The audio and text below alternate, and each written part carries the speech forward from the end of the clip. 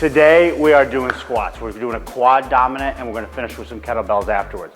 Typically we've been doing reverse lunges, we've been pushing it, but occasionally we've been throwing in squats. We had a great session last time, we killed the reverse lunge. We had a strong squat at the end. We're gonna switch it up a little bit today.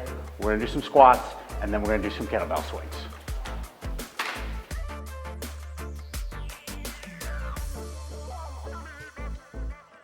You can do it both ways, Brian, but I like this. Drive through, bring the knee up. Why are we doing this? Because it's a progression from a typical body weight RDL. What's gonna happen is if he has any lateral pelvic tilt, it's really gonna expose that. This left glute is gonna try to roll over top of this right glute. It's gonna force him to have to really engage his left core to stabilize. So everything's unilateral, it's on his one side. He's gonna have to really work to fight against that. And it's not much weight, by the way. Drive that knee up for me. Your feet should be flat when you deadlift. When you hinge, you're trying to go back. When you're squatting, you want your feet elevated so you can stay more upright. So is it better to step on a block? I love the blocks. We actually specifically have that block to use. Plates work really great too. When you deadlift, there's no point in doing that. When you squat, absolutely. Does it make it easier? It makes it easier, but you just have to think about it one way or another. If something's easier, you can load it more heavily, right? And also too, when people say easier, they're thinking about like, is it easier? Like, you might just not have ankle mobility. Well, if you don't have ankle mobility, you're gonna freaking screw up yourself. So it's not really easier, it's just safer, right? Someone comes in here, the number one priority, the first rule of personal training is do not injure them, right? Anybody comes in here, we treat them like they're a high-level athlete, like a professional athlete, like Division I athlete, like they're a Navy SEAL. They're a very valuable asset. So our number one goal is to assess, see what's going on with them, make sure they're doing the proper things on their own and with me to fix those things. So that way we can take them into deep water and we can kick some ass. Go, we're gonna stay nice and upright. He's gonna fold into himself. We like the band because the band forces the glute medius to work. That outside of the glute is imperative for runners. Naturally, when you watch him, he's gonna go into hip extension and flexion. That's glute max, right? Glute med is from the band pushing apart. So that's why we use it. We also use a cue for him to remember to push out his knees, which is gonna get him nice and stable and nice and strong in this exercise. He's got great mobility of the hips. Beautiful.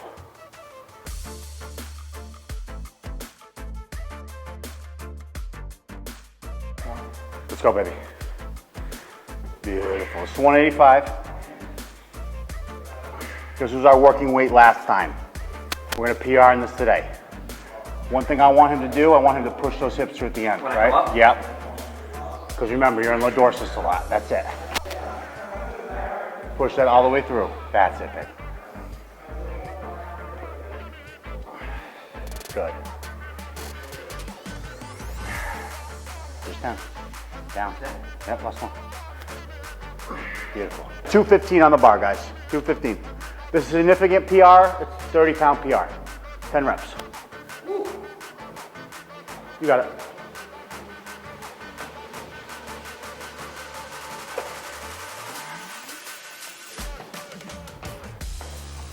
Yep.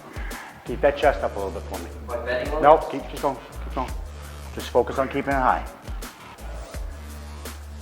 Good. That's it.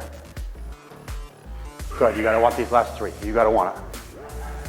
Chest up. That's it. 2 more. Go. Beautiful format. 1 more. Push through the fucking ground, push your knees out. Push your knees out, push your knees out, push through the ground. Beautiful. We got 1 more with that weight. Okay guys, why am I telling him to stay upright, okay? Why? Because when you squat, if you start to come forward, look what happens. Where's my weight gonna be? It's gonna be in my toes, right? It's gonna be in the front of my legs. I'm gonna come off balance. It's a lot easier to squat in this position like this than to squat in this position like this. Think about it just from a point of leverage. Just that, right? Go. Let's go. Let's do 5, take a break, just drink 5. Let's go. Beautiful, easy. Easy money. Hips through all the way. Up, through. That's it. Good. Let's go. Yeah, best one. Let's go. That's it. Yep. Come on. Let's go. Beautiful, dude. Yep.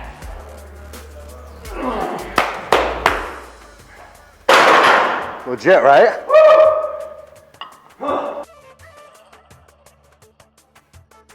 He can move up. I won't even take credit for this. He's a naturally very strong guy in the back, but we're progressing this. So next round, he's actually gonna do a 90. That'll be a PR on it.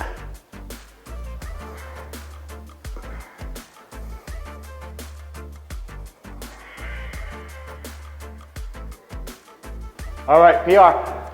Good, he's gonna pull that elbow. Yep. It's important, look at what he does. He gets all the way down. He fully protracts, he fully retracts. That's a real rep, guys. That's a real rep with 90 pounds. Dude.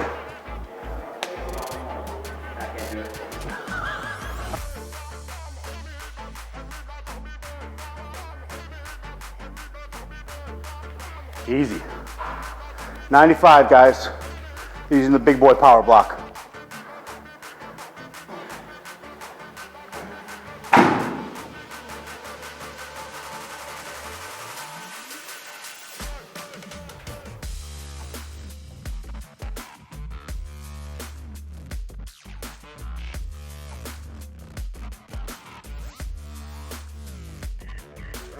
So I got my in-body scan today.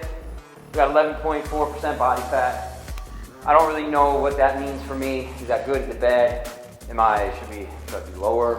How is that as an athlete? So for athletes typically, and again, it depends on what the position is and what they do, but for someone like Brian who has an aesthetic role and also is an athlete, 12% and under is an excellent place to be. Realistically, below 10% might not be sustainable for everybody. I know you're used to hearing ridiculous stuff like, I've got 6% body fat. Guys, if you have 10% body, you have fully shredded abs. This guy's got 11% body fat and he's got a great six pack, right? 11% is like shredded out of his mind, obliques, everything's popping out. So probably somewhere between 8 and 12 is a reasonable goal. We have some aesthetic goals coming up for Brian. I mean, he's got opportunities where he's doing photo shoots, where he's doing national level commercials. We'd like to get him sub 10. So that's gonna be a priority of our nutrition, but also a priority too is him furthering his performance in the gym. How does somebody lose, how do I get 2 points off?